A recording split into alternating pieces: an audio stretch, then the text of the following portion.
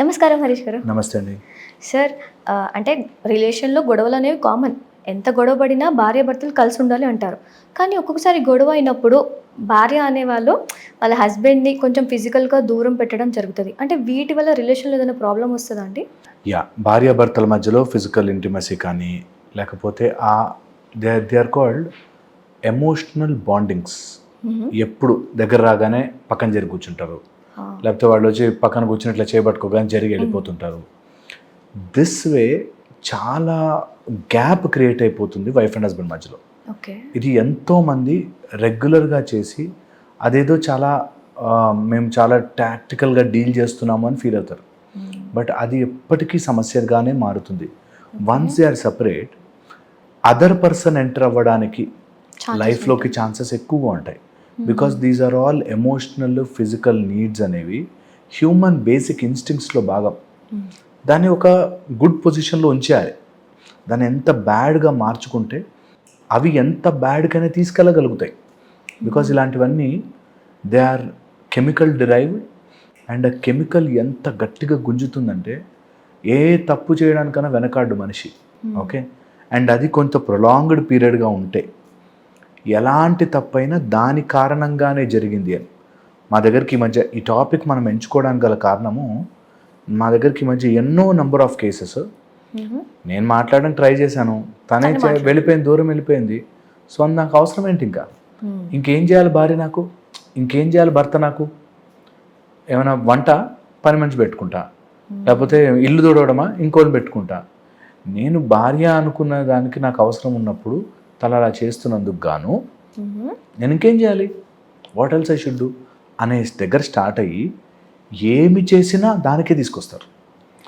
వీళ్ళు బయటకు వెళ్ళి తాగేసి వచ్చినా, వీళ్ళు కొట్టినా, బికాజ్ నువ్వు నన్ను అట్లా దూరం పెట్టావు కాబట్టి నేను ఏదైనా చేయడానికి రెడీ అనేటట్టు వెళ్ళిపోతాను.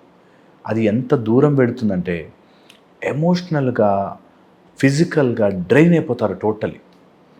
అది ఇనీషియల్గా వీళ్ళు స్టార్ట్ చేస్తారు, తర్వాత వాళ్ళు చేస్తారు. అలా ఇద్దరి మధ్యలోనూ దూరం పెరుగుతుంది. వీటికి తగ్గ అదే టైంలో వేరే థర్డ్ పర్సన్ ఎంట్రీ ఉంటుంది. అండ్ థర్డ్ పర్సన్ చాలా గొప్పగా కనిపిస్తారు ఆ టైంలో.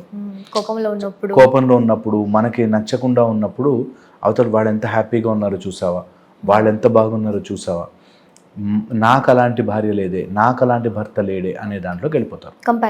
కంపారిజన్ వచ్చేస్తుంది. అండ్ ఆబ్వియస్లీ దూరంగా ఉన్నవాళ్ళు మంచిగా కనిపిస్తారు, బాగా మాట్లాడతారు, నవ్వుతూ మాట్లాడతారు. ఇంట్లో ఉండేవాళ్ళు మాట్లాడడం వేరు, బయట ఉండేవాళ్ళు మాట్లాడడం వేరు ఉంటుంది. కానీ వాళ్ళు బయట ఉన్నవాళ్ళు స్వీట్గా మాట్లాడుతున్నారు కాబట్టి అది రియాలిటీ అనుకుంటారు. వాళ్ళ ఇంట్లోకి వచ్చినా వాళ్ళు అలాగే మాట్లాడతారు అన్నది పాయింట్. సో ఈ రిలేషన్షిప్స్ ఎప్పుడైతే దూరం జరగడం జరుగుతుంటాయో, వన్ ఇంపార్టెంట్ పాయింట్ ఏం అబ్జర్వ్ చేస్తామంటే ఎమోషనల్గా వాళ్ళ నీడ్ సాటిస్ఫై అవ్వక వాళ్ళ ఎనర్జీ అంతా కూడా డ్రైన్ అయిపోయి they are constantly in a fight mode, ఒక సర్వైవల్ ఫైట్ మోడ్లోకి వెళ్ళిపోతారు. ఈ ఫైట్ మోడ్లోకి వెళ్ళడం వల్ల చిన్న చిన్న విషయాలు కూడా ఎస్కలేట్ అయిపోతాయి, పెద్దవైపోతాయి. చిన్న సింపుల్ బేసిక్ థింగ్స్ కూడా మై గాడ్ ఇలా ఎంత పెద్ద ఘోరం జరిగిపోయిందా అనేటట్టుగా ఆలోచిస్తారు. గిన్నె తీసి అడ్డు పెట్టినా చూసావా నువ్వు ఎలా బిహేవ్ చేస్తున్నావు, అసలు డోర్కి వచ్చే సౌండ్ వచ్చినా నీకు ఎంత పొగరు పట్టిందో. ఈ టైప్లో చిన్న దూరం can create lot of disturbance. ఈ మాట అన్నప్పుడల్లా నాతో చాలామంది కపుల్ కౌన్సిలింగ్కి వాటికి వచ్చినప్పుడు వెరీ రేర్లీ చేస్తాను, బట్ వచ్చినప్పుడు మెయిన్గా వాళ్ళు చెప్పేది నేను ఎందుకు తగ్గాలి సార్, నేనేమన్నా ఆట వస్తువునా, నేను దానికోసమే ఉన్నానా అనేటట్టుగా ఉంటారు. ఇలాంటి గ్యాప్ వచ్చిన రోజున ఎప్పుడైతే అలాంటి ఆలోచన విధానంలోకి వెళ్తామో బయటికి రాలేరు అసలు. ఓకే, అదేదో మెకానికల్గా అదే పని కోసం ఉంటారు కొంతమంది, వాళ్ళు మారరు.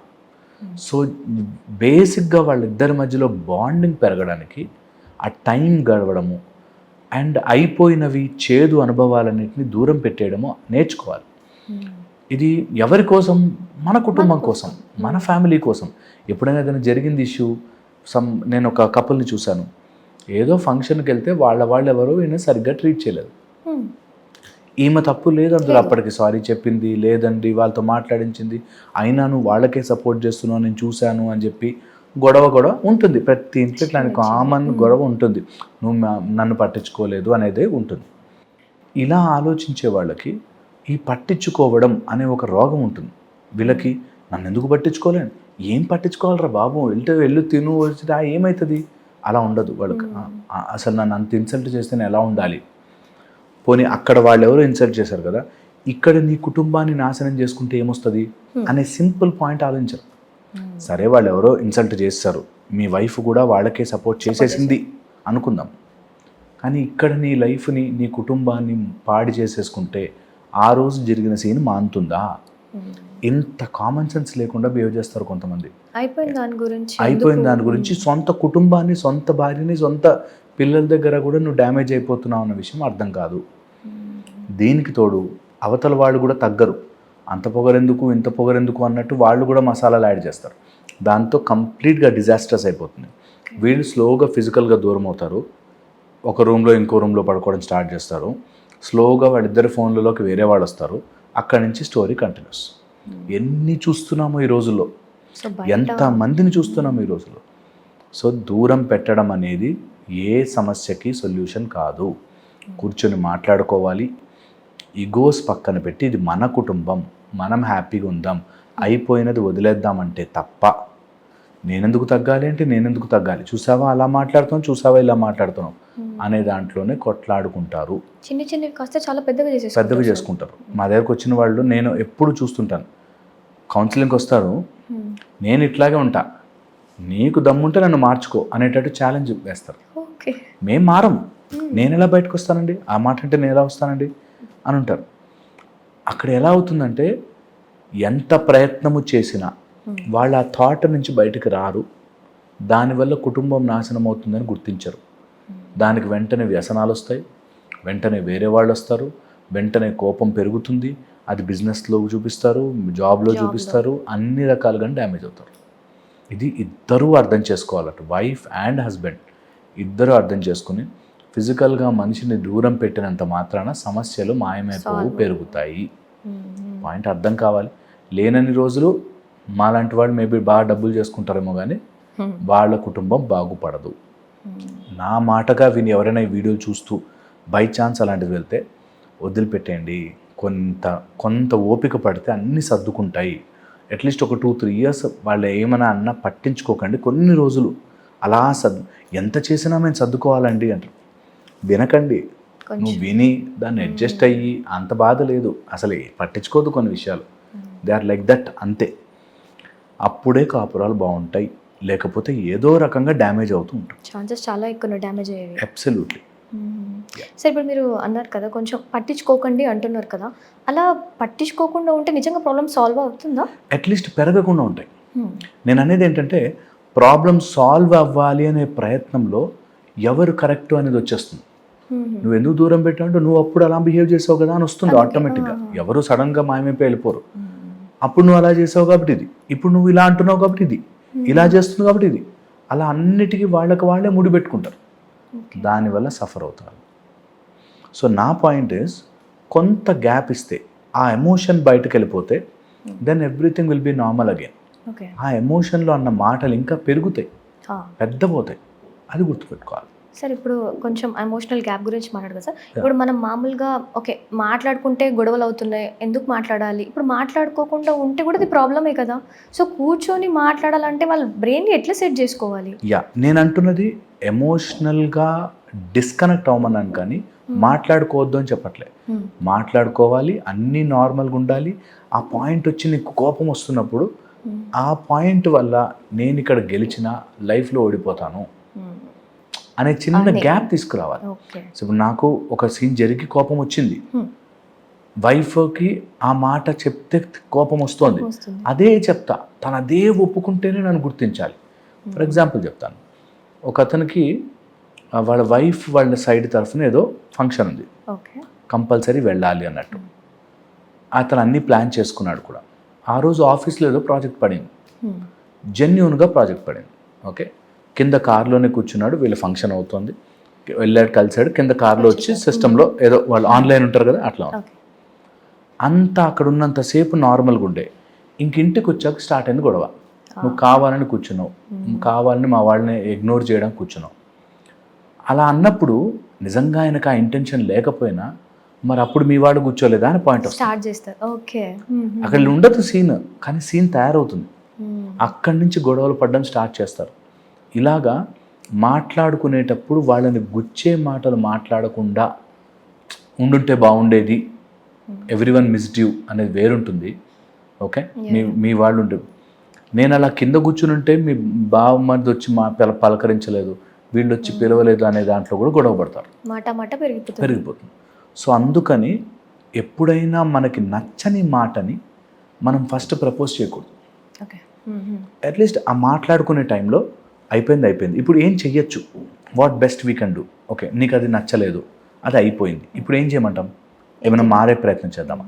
అది ఓన్లీ డిస్కషన్ దగ్గర ఆగకుండా నిజంగా మారడానికి మనం ఏం చేస్తున్నాం అనే స్టెప్స్ కూడా వెళ్ళాలి. ఆ యాక్షన్ లేకపోతే నువ్వు ప్రతిసారి ఇదే మాట చెప్తావు, తర్వాత మళ్ళీ ఇదే నార్మల్ అయిపోతుంది.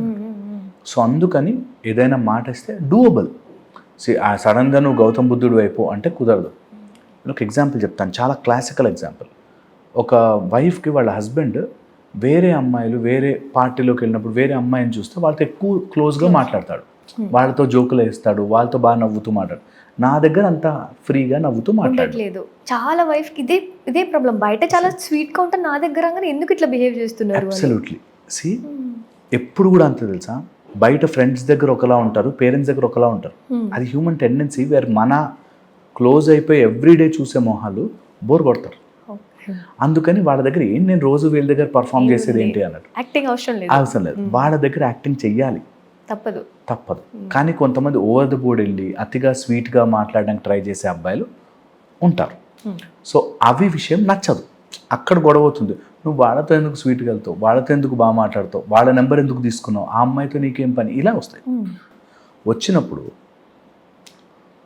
వీళ్ళ సైడ్ నుంచి వీళ్ళు తగ్గరు, అది నీకు నచ్చలేదా, నా వైఫ్కి నచ్చకపోతే వేరే అమ్మాయి నాకు అవసరం లేదు, బ్లాక్ అని చేయరు. నీకేంటి, నేను తప్పు మాట్లాడానా, నేను రాంగ్ మాట్లాడానా, ఏమన్నా ఊరికే క్యాజువల్గానే మాట్లాడాను, నేను ఊరికే క్యాజువల్గా నీ ముందేగా మాట్లాడాను, ఈ టైప్లో వస్తుంది. ఇక్కడ అర్థం చేసుకోవాల్సిందంటే నా భార్యకి నచ్చనిది నేను చెయ్యను boss, finish, over and done. నా భర్తకి it is his character, he will be jovial with everyone అని తను అర్థం చేసుకోవాలి.